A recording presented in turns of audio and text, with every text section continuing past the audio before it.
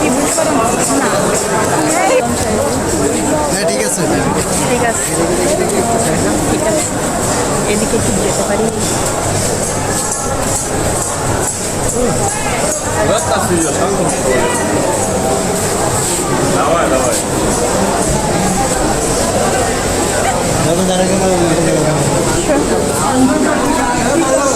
ও কি করতে হবে? টিকিট নিতে হবে। কয় টাকা টিকিট? 10 টাকা।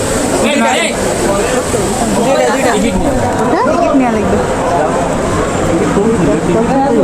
20 টাকা। 20 টাকা দুইটা। এই কি বলে, দৌলতপুর থানা।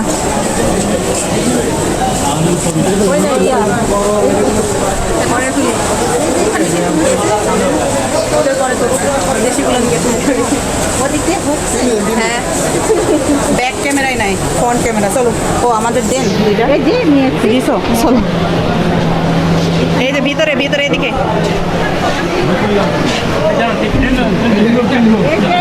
আমরা টিকিট নিয়েছি।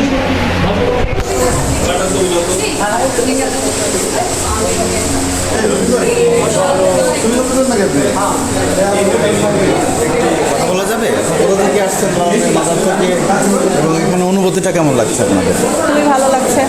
আজকে আব্বু আম্মুর সাথে, এখানে আব্বু আম্মু এখানে সাধুর জন্য আসছে 16 তারিখ থেকে আসছে। আচ্ছা, আপনারা তো জানেন আপনি একজন একজন মেধাবী মানুষ, এই যে লালন শাহ সম্রাট, উনি তো একজন বিখ্যাত মানুষ, আপনি জানেন। তো ওনার যে অনুভূতি, ওনার যে দর্শন, এই বিষয়ে আপনি কতটুকু ফিল করেন বা অনুভূতি?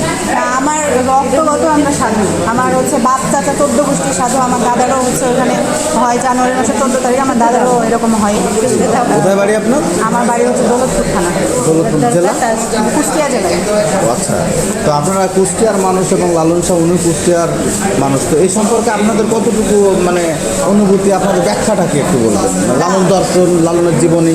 লালন সম্বন্ধে ওই মানে পুরাটাই আমাদের লালন নিয়ে, ঠিক আছে। আমরা ভালোবাসি খুব, বার্তা থেকে, মন থেকে, আর মানিও খুব এখান থেকে।